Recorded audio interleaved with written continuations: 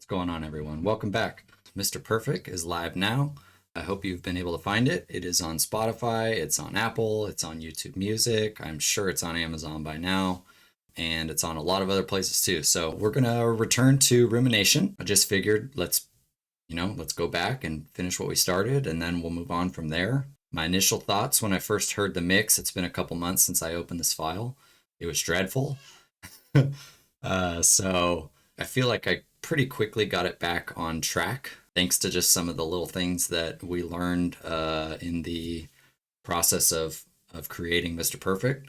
So I fixed a few things, notably to start today. We're going to be focused on the kick drum. I added a whole new keys part that I actually wrote and performed, and really added a new vibe to the track. It's not changing the track very much. I still think it's the same song, but it definitely adds kind of a more haunting sort of a vibe to it.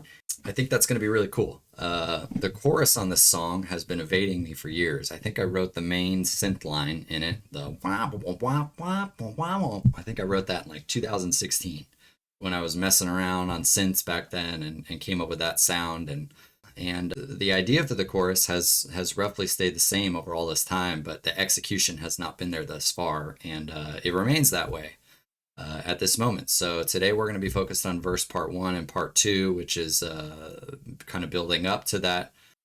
The kick drum that was previously in the song was captured on the LPK sampling series that I did before we moved away from New York. I did that again because I knew I wasn't going to have the drum set available to me or any of the microphones, so I wanted to be able to continue working on all the songs. It did its purpose. It got us through until we moved into the new house, and then I quickly came in and retracked whatever I came up with on the MIDI patterns on Mr. Perfect with live drums. Got that song dialed in, and now it's out there. So we're going to do the same here. I've got a MIDI drum track that I've been relining up the new recorded kick to. Got the microphone a little deeper into the drum, a little closer to the beater to capture a little more attack, but then I also really wanted to get the beater smacking. So I gave it some oomph and maybe got a little hotter on the mic pre's than I tend to, and I think I got a better result. So here's the kick drum as it sounded when we recorded it. There it is.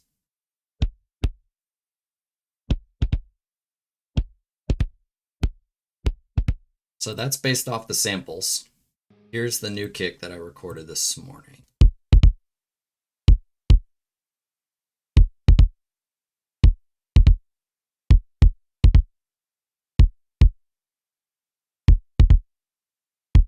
In the mix, it hits a little harder. It's a better kick. But I did that this morning, and we're still going to be kind of tweaking some things. I just don't want to get too tied to whatever effects chains I've come up with thus far, because I'm sure I haven't kind of optimized things. So I want to keep trying new things to make sure that I don't just lock myself in to one sound and one method of doing things. So a little bit different. I got the smack attack first on here. I don't have the DVX like I normally have. I kept it a little more simple on this kick drum. I think it hits a little harder and a little better in the song, and we're going to continue to work on it as well. The other new thing to look out for is new keys. So you'll be keeping an ear out for this.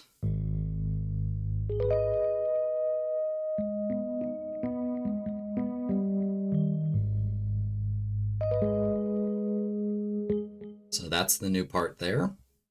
And yeah, that's where we're at on this song. So let's kind of give it a listen real quick.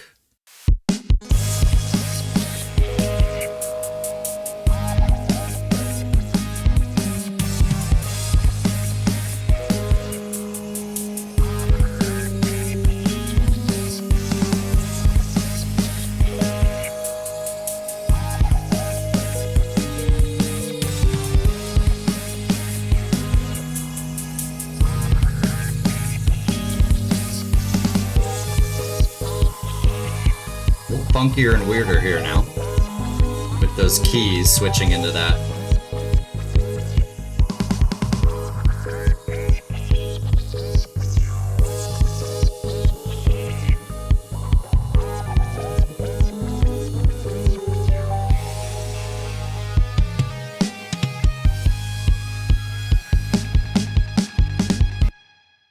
So yeah, so I'm gonna stop it right there because I hate the chorus right now. I really like the new keyboard part a lot.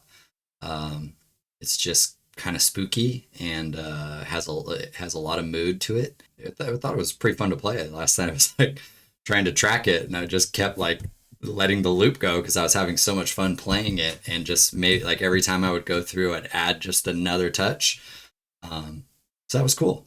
The last thing I wanted to do real quick was just I had some afterthoughts about Mr. Perfect 2. I was laying in bed at like 3 a.m. last night thinking about this video today.